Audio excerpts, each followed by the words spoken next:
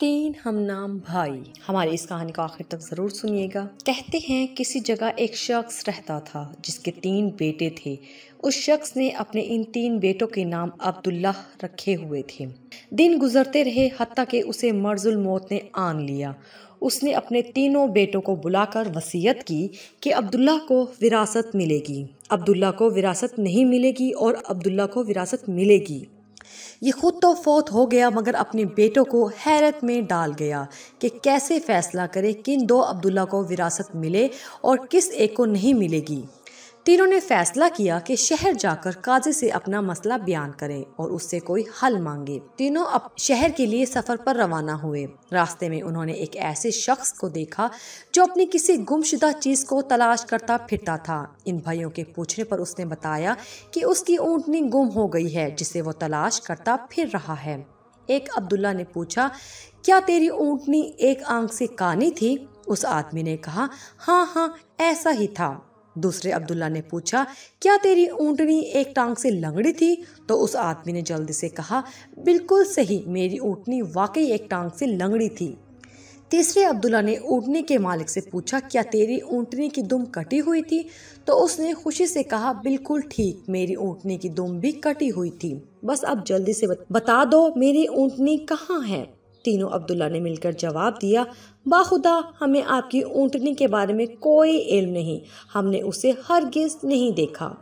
اونٹنی کا مالک ان کی یہ بات سن کر غصے سے پاگل ہو گیا۔ اس نے فیصلہ کیا کہ اس تینوں کو کھینچ کر قاضی کے پاس لے جائے گا۔ اسے پورا یقین تھا کہ اس کی اونٹنی کو یہ تینوں ذبح کر کے کھا چکے ہیں اور اب اپنے جرم کو چھپانے کے لیے جھوٹ بول رہے ہیں۔ اونٹنی والے نے جب تینوں کو اپنا ارادہ بتایا تو انہوں نے کہا، ہمیں کوئی اعتراض نہیں کیونکہ ہم خود بھی قاضی کے پاس ہی جا رہے ہیں۔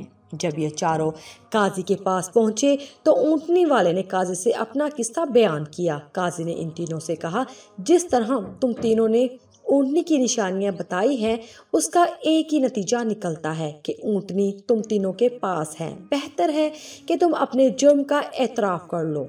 پہلے نے کہا، جناب اعلیٰ، ہم نے اونٹنی تو نہیں دیکھی تھی، ہاں البتہ اونٹنی کے آثار ضرور دیکھے تھے۔ جب میں نے اسے کہا تھا کہ تیری اونٹنی ایک آنکھ سے کانی ہے تو میں نے دیکھا تھا کہ راستے کی ایک طرف کا گھاس تو خوب چرا ہوا تھا مگر دوسری طرف کا ویسے ہی موجود تھا۔ اس کا ایک ہی مطلب تھا کہ اس شخص کی اونٹنی ایک آنکھ سے کانی رہی ہوگی۔ دوسرے عبداللہ نے کہا، میں نے دیکھا تھا کہ راستے میں 3 قدم تو گہرے لگے ہوئے ہیں جبکہ چوتھا قدم زمین پر معمولی پڑا ہوا تھا، جس کا مطلب بس اتنا ہی بنتا تھا کہ یہ جانور لنگڑا بھی تھا۔ تیسرے عبداللہ نے کہا، اونٹ جب راہ چلتے ہوئے اپنا گوبر گراتے ہیں تو دم سے ادھر ادھر بکھیرتے ہیں، جبکہ ہم جس راہ سے آئے تھے وہاں پر گوبر ایک ہی لائن میں سیدھا گرا ہوا تھا، جس کا ایک ہی مطلب ہو سکتا تھا کہ اونٹنی کی دم کٹی ہوئی ہے جو اپنا گوبر دائیں بائیں نہیں پھیلا پائی۔ قاضی نے بغیر کسی دیر کے اس آدمی کی طرف دیکھا اور کہا، تم جا سکتے ہو، تمہاری اونٹنی ان لوگوں کے پاس نہیں ہے اور نہ ہی انہوں نے اسے دیکھا ہے۔ اونٹنی والے شخص کے جانے کے بعد ان تینوں بھائیوں نے قاضی سے اپنا قصہ بیان کیا، جسے سن کر قاضی بہت حیران ہوا۔ ان تینوں سے کہا کہ تم آج کی رات مہمان خانے میں ٹھہرو، میں کل تمہیں سوچ کر کوئی حل بتاؤں گا۔ یہ تینوں مہمان خانے میں جا کر ٹھہرے تو انہوں نے محسوس کیا کہ ان کی نگرانی کی جا رہی ہے۔ کچھ دیر کے بعد ان کے لیے کھانا لایا گیا جو گوشت کے پکے ہوئے سالن اور روٹیوں پر مشتمل تھا۔ پہلے نے کھانے کو دیکھتے ہی کہا، یہ سالن کتے کے گوشت کا بنا ہوا ہے۔ دوسرے نے کہا، روٹیاں جس عورت نے پکائی ہیں وہ حمل کے ساتھ اور پورے دنوں سے ہیں۔ تیسرے نے کہا، یہ قاضی حرام کی اولاد ہے۔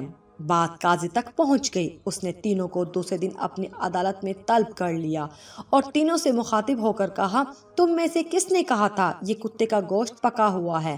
پہلا بولا، میں نے کہا تھا۔ قاضی نے باورچی کو بلا کر پوچھا تو اس نے اعتراف کیا کہ پکانے کے لیے کچھ نہیں تھا، تو اس کو شرارت سوجی اور اس نے کتا مار کر اس کا گوشت پکایا اور ان کو کھانے کے لیے بھجوا دیا۔ قاضی نے پہلے سے پوچھا، تمہیں کیسے پتا چلا یہ گوشت کتے کا ہے؟ تو اس نے بتایا، گائیں، بکری یا اونٹ کے گوشت کے نیچے چربی لگی ہوتی ہے، جبکہ یہ سارا چربی نما تھا جس کے نیچے کہیں کہیں گوشت لگا ہوا تھا۔ قاضی نے کہا، تم وہ عبداللہ ہو جس کو اپنے باپ کے مال سے وراثت ملے گی۔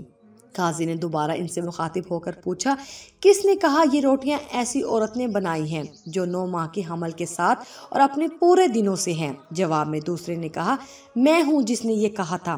قاضی نے پوچھا تمہیں کیوں کر یہ لگا؟ تو اس نے کہا میں نے دیکھا روٹیاں ایک طرف سے پھولی ہوئی اور خوب پکی ہوئی ہیں، دوسری طرف سے کچی اور موٹی رہ گئی ہیں۔ میں نے اس سے یہی اخذ کیا روٹیاں بنانے والی ایسی خاتون ہے جس سے تکلیف کے مارے زیادہ جھکا نہیں جا رہا اور وہ سامنے کی چیز بھی نہیں دیکھ پا رہی، جس کا مطلب یہی بنتا تھا کہ عورت حاملہ ہے اور روٹیاں بنانے میں تکلیف محسوس کرتی رہی ہے۔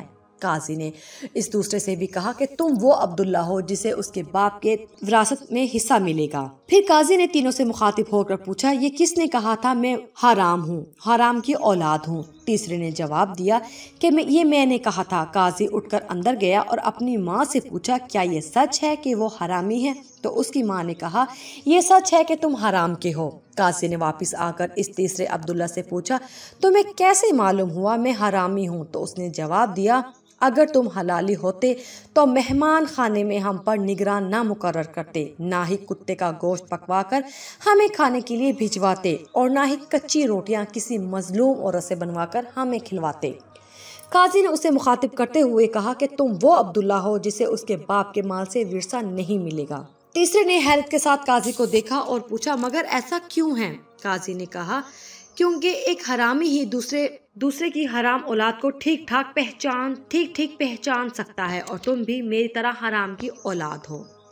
وراثت پانے والے دونوں عبداللہ اپنی ماں کی طرف لوٹے اور دریافت کیا کہ ہمارے تیسرے بھائی کا کیا ماجرا ہے؟ تو ان کی ماں نے کہا تمہارا باپ ایک بار صبح کی نماز پڑھنے مسجد گیا تو اسے دروازے پر رکھا ہوا پایا تھا، اسے گھر لایا، اس کا نام بھی تم دونوں جیسا عبداللہ رکھا اور اس کی پرورش کی۔